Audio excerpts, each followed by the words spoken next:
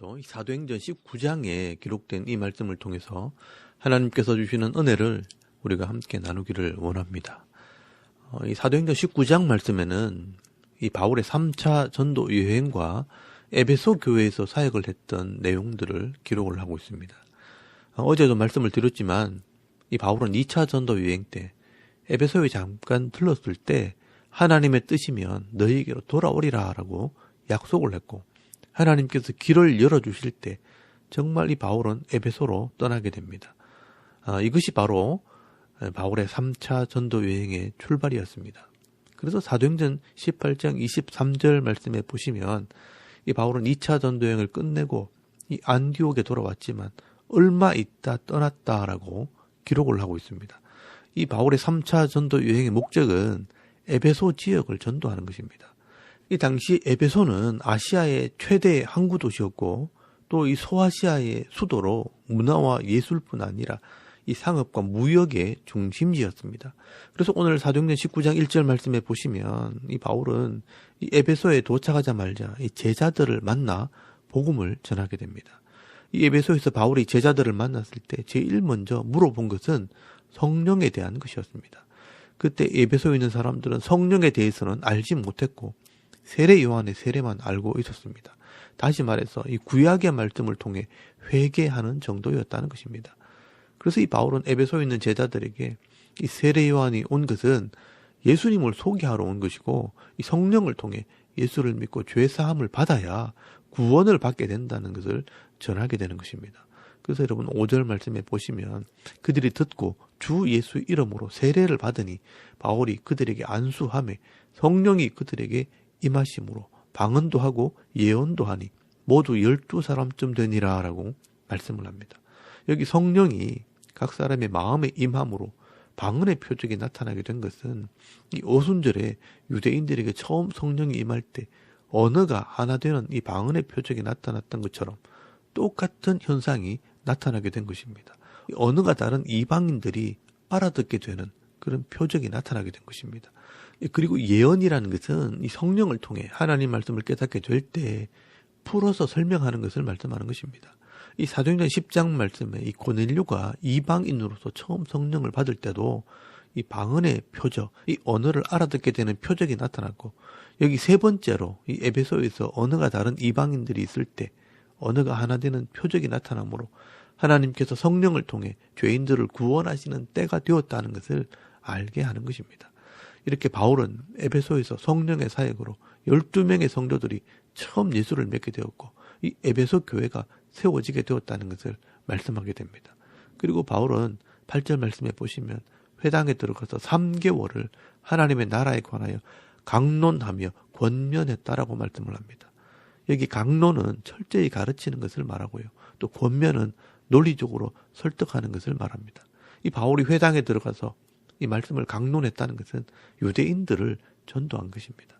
그런데 이 유대인들은요, 바울에게 마음을 열지 않았습니다. 9절 말씀에 보시면 어떤 사람들은 마음이 굳어져서 순종하지 않고 무리 앞에서 이 도를 비방했다라고 말씀을 합니다. 예전에 바울은요, 이렇게 유대인들이 반대를 하고 바울을 대적하게 되면 그곳을 떠나거나 다른 곳에 가서 복음을 전했습니다. 그러나 이 에베소에서는 좀 달랐습니다. 바울이 하나님의 뜻을 따라 작정을 하고 이 에베소에 왔기 때문에 예수를 믿는 이 작은 무리들이지만 제자들을 따로 세우고 두란노라는 서원을 빌려서 날마다 이 하나님의 말씀을 강론했다, 철저히 가르쳤다라고 말씀을 합니다. 이 두란노 서원은요, 이 두란노의 스콜레, 이 두란노의 학교라는 뜻입니다. 이 두란노라는 것은 이 당시의 철학이나 수사학을 가르치는 학자이거나 유대 율법을 가르치는 학자였을 것으로 추정을 합니다. 바울이 이 두란노 서원을 세를 주고 빌려서 오전 11시부터 오후 4시까지 매일마다 이 3년을 하나님의 말씀을 가르치게 됩니다. 이 바울이 3년을 가르쳤다는 것은요, 이 구약 성경을 가르친 것입니다. 사실 예수를 믿고 구원을 받게 된다는 이 복음은 이 3년을 가르칠 내용이 없습니다. 바울은 이때 이 구약의 성경을 통해 죄인들을 구원하시는 이 하나님의 구원 계획이 바로 예수님이고 이 예수님이 메시아라는 것을 가르쳤을 것입니다. 이때 바울은요, 바울의 신학을 정리하고 복음이 무엇인가 하는 것을 학문적으로 정리를 했을 것입니다. 그래서 이 나중에 로마서나 이 에베소서 같은 이 편지를 통해서 이 복음이 무엇인지, 교회가 무엇인지를 정리하게 되는 것입니다. 그래서 여러분 10절 말씀에 보시면 바울은 이렇게 2년 동안 하나님 말씀을 체계적으로 가르치게 될 때 이 에베소 주역에 있는 모든 사람들이 다 주의 말씀을 들었다라고 말씀을 하고 있습니다. 이것이 이 바울의 선교 정책의 변화입니다. 이 바울은 1차, 2차 전도 여행을 할 때는요, 땅끝까지 복음을 전해야 된다는 이 사명감 때문에 많은 사람들에게 복음을 전하는 것이 목적이었습니다. 그래서 바쁘게 계속 다녔습니다.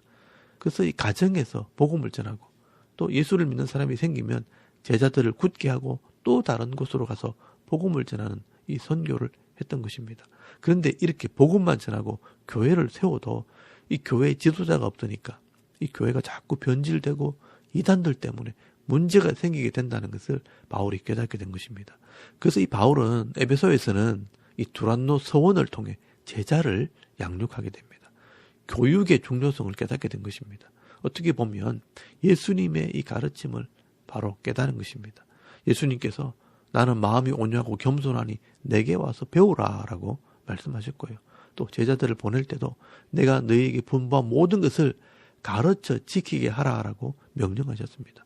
이 바울은요, 예수님께서 왜 이 3년 동안 말씀을 가르치는 사역을 했는지 그 가르침의 중요성을 깨닫게 된 것입니다. 그래서 매일같이 이 하나님 말씀을 가르치게 될 때 이 사람들의 삶이 변화되기 시작하고 또 바른 믿음을 가진 사람들을 통해 많은 이 하나님 나라의 표적들이 나타나게 됩니다. 그래서 여러분 11절 말씀에 보시면 바울의 손으로 놀라운 능력을 행하게 했다라고 말씀을 합니다. 이 병든 사람이 낫기도 하고 악귀도 떠나가는 일들이 일어나게 됩니다. 이런 표적들은 하나님의 말씀대로 순종할 때 하나님께서 함께하게 되고 하나님께서 함께하게 될 때 죄의 모습이 사라지고 귀신들이 떠나게 되는 역사가 나타나게 되는 것입니다. 여러분 이것이 바로 하나님 나라의 표적입니다. 그런데 13절 말씀에 보시면요, 어떤 유대인 마술사가 바울을 따라서 흉내를 내게 됩니다. 여기 마술사는 엑솔키스테스, 영어로는 엑소시스트, 즉 귀신을 쫓는 자, 우리식으로 말하면 무당입니다. 이 마술사가요, 예수를 믿지도 않으면서 바울처럼 흉내를 한번 내봅니다. 여러분 13절 말씀에 보시면 이에 돌아다니며 마술을 하는 어떤 유대인들이 시험 삼아 악귀 들린 자에게 주 예수의 이름을 불러 말하되 내가 바울이 전하는 예수를 의지하여 너희에게 명하노라 하더라라고 말씀을 합니다. 여러분 14절 말씀에 보시면요, 그들 중에 스게와의 7 아들이 있었는데 이 귀신이 이 사람이 예수를 믿는지 안 믿는지를 잘 알고 있습니다. 그래서 내가 예수도 알고 바울도 알거니와 너는 누구냐 하면서 이 귀신들이 달려드는 바람에 옷을 벗고 도망을 갔다라고 말씀을 합니다. 여러분 이렇게 귀신들도 이 사람이 예수를 믿는 사람인지 안 믿는 사람인지를 귀신같이 안다는 것입니다. 결국 이 하나님 말씀을 깨달은 사람에게 하나님의 능력이 함께하는 것입니다.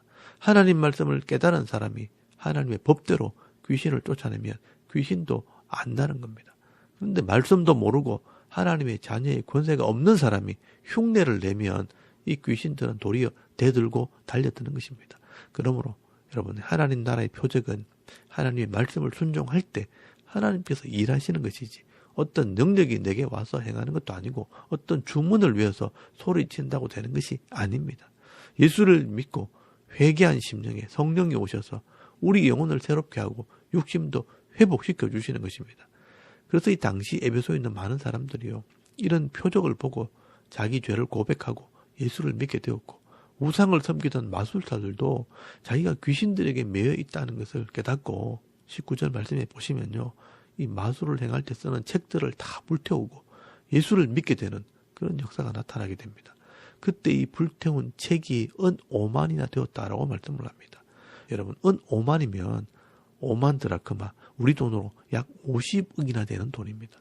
이렇게 바울이 에베소에서 하나님 말씀을 가르치게 될 때 우상에 매여 있던 자들도 돌아오고 에베소에 있는 모든 사람들이 예수를 믿게 되는 변화의 역사가 나타나게 됩니다. 그래서 20절 말씀에 보시면 이와 같이 주의 말씀이 힘이 있어 흥왕하여 세력을 얻으니라 라고 말씀을 하고 있습니다. 이 하나님의 말씀에 생명이 있기 때문에 그 말씀이 이 사람들의 마음에 깨달아지고 말씀대로 순종할 때 삶의 열매들이 나타나게 된 것입니다. 그것도 한두 번 이 하나님 말씀을 전하는 정도가 아니라 3년 동안 매일같이 이 하나님 말씀을 강론하고 가르치게 될 때 그 말씀이 우리 속에 역사하게 되고요. 또 사람들이 변화되기 시작하고 도시 전체가 변화되어지는 그런 역사가 나타나게 된 것입니다. 여러분, 오늘 우리 교회가 이 일을 감당해야 합니다. 여러분이 지금 교회 다니는 이 성도들에게 이 창세기부터 요한계시록까지 이 66권의 이 하나님 말씀을 한번 설명해 보라고 하면 아무도 못할 겁니다.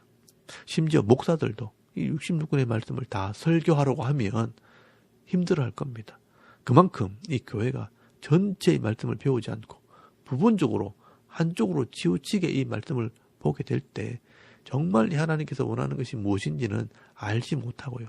그냥 막연하게 신앙생활을 하고 있는 것입니다.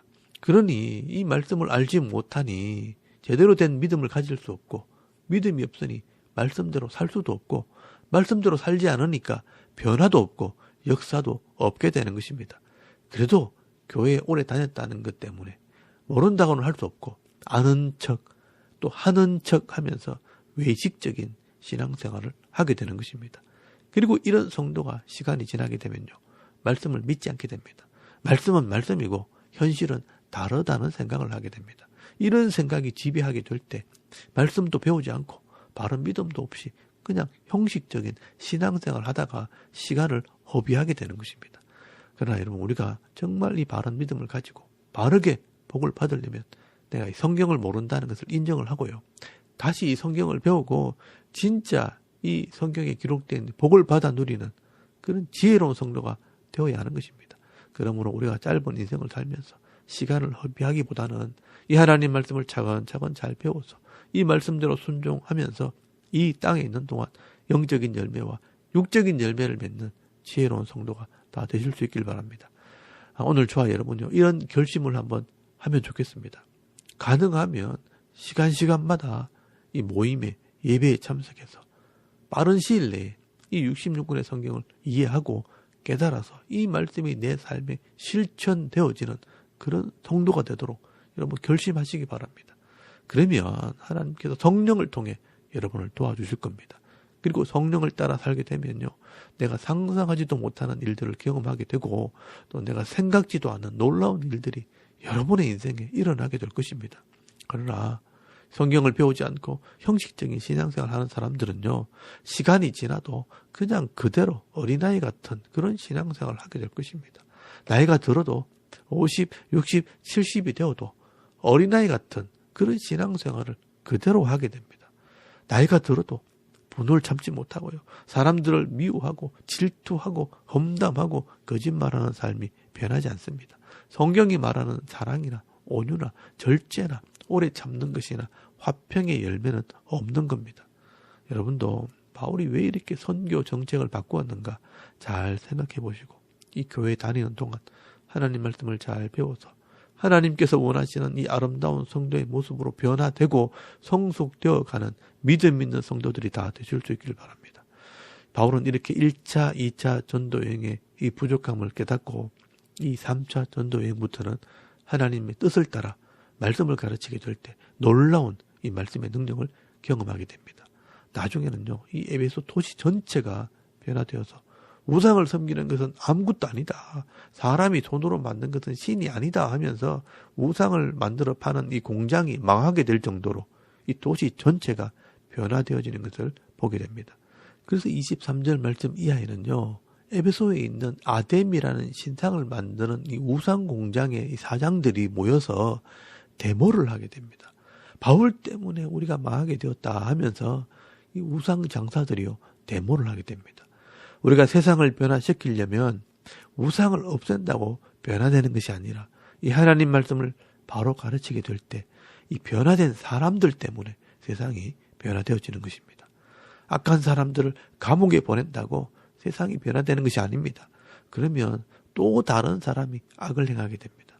말씀으로 변화된 사람들만이 세상을 바꿀 수 있습니다.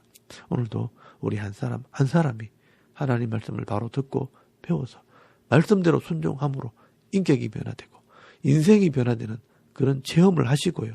또 다른 사람들에게 하나님의 살아계심을 증거하며 살아가는 저와 여러분의 이런 신앙의 모습이 되실 수 있길 바랍니다.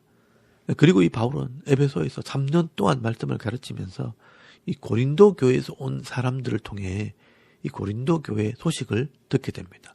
아볼로가 고린도에 가서 사역을 하는 동안 많은 문제점들이 생겼다는 것을 알게 됩니다. 여러분 고린도전서 1장 11절 말씀에 보시면 글로의 집 사람들이 에베소에 와서 이 고린도 교회 소식을 전했다라고 말씀을 합니다. 그래서 이 고린도전서를 읽어보면 바울파, 아볼로파, 그리스도파, 게바파와 같이 이 신앙의 칼날을 따라서 자기가 좋아하는 사람들을 따르는 자들 때문에 교회 안에 분쟁이 일어나게 됩니다.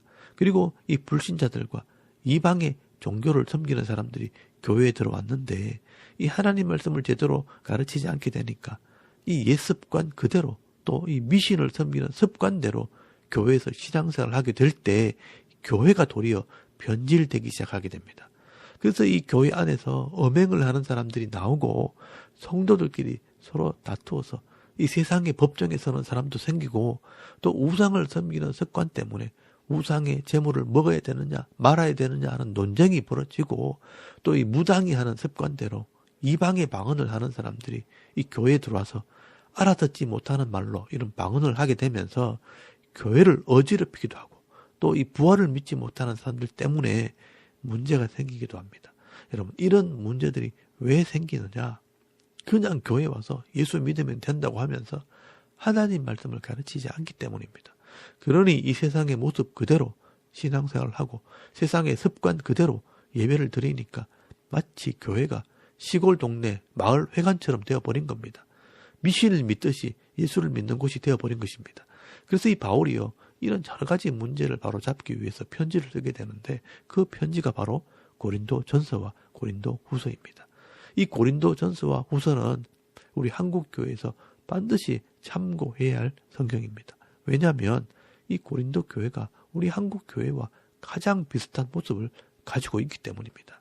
그래서 다음 시간부터는요, 이 바울이 에베소에서 썼던 고린도 전서 말씀을 함께 나누도록 하겠습니다.